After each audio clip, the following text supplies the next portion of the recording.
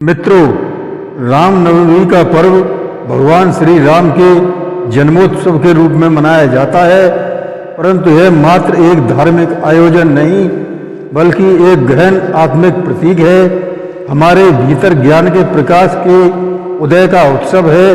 भगवान श्री राम का जन्म अयोध्या में राजा दशरथ और रानी कौशल्या के यहाँ हुआ था। इसमें गहन प्रतीकों और आध्यात्मिक अर्थों का समावेश है। इस पूरे प्रसंग को जानें हमारे इस वीडियो के माध्यम से। सब्सक्राइब व कमेंट करके बेल आइकन जरूर दबाएं। धन्यवाद। नमस्कार, मैं रणबीर सिंह लोटस एंटरटेनमेंट में आपका हार्दिक स्वागत करता हूं। मित्रों, रामायण कोई काल्पनिक ग्रंथ नहीं बल्कि इसमें जीवन का वास्तविक रहस्य छिपा हुआ है, जो हमें बताता है ज्ञान का वास्तविक स्वरूप क्या है। आज हम उसी रहस्य का चिंतन इस लेख के माध्यम से करेंगे।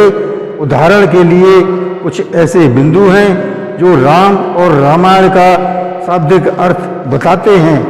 मित्रों, प्रथम, दशरथ का मतलब दशरथ यानी जो हमारी 5 ज्ञानेंद्रियों और 5 कर्मेंद्रियों का प्रतिनिधित्व करते हैं।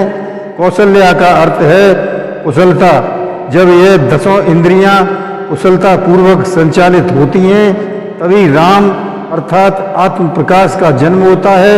राम शब्द ही रा, रश्मि, प्रकाश और मैं से बना है, जिसका अर्थ है मेरे भीतर का प्रकाश। यानी राम हमारे अंदर की ज्योति हैं। राम का जन्म अयोध्या में हुआ था, जिसका शाब्दिक अर्थ है वह स्थान जहाँ कोई युद्ध न हो सके। यह उस अवस्था को दर्शाता है जब मन भीतर से शांत होता है, द्वंद्वहीन होता है। जब कोई अंतर्द्वंद नहीं होता तभी भीतर प्रकाश फूटता है।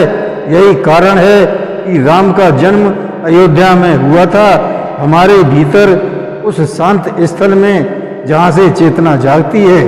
भगवान राम की कथा केवल एक ऐतिहासिक घटना नहीं बल्कि एक निरंतर घटने वाली आंतरिक यात्रा है। सीता हमारे मन की प्रतीक है, जो वस्तुओं जैसे सोने के मृग की ओर आकर्षित होकर रावण यानी अहंकार के जाल में फंस जाती हैं। सजगता के प्रतीक लक्ष्मण और प्राण के प्रतीक हनुमान के माध्यम से ही सीता उन्हें आत्मा रूपी राम से मिलती हैं। इस तरह रामायण हमारे भीतर प्रतिपल घटित हो रही है। केवल भारत तक ही सीमित नहीं है। राम केवल किसी कल्पना का पात्र नहीं है बल्कि वे समय से परे हैं। इतिहास में जो राम हैं वे कालातीत है।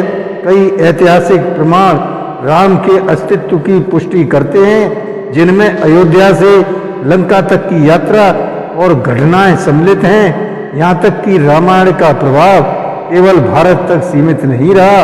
इंडोनेशिया, बाली, थाईलैंड और यहाँ तक कि जापान तथा जर्मनी जैसे देशों में भी राम की गूंज देखी जा सकती है।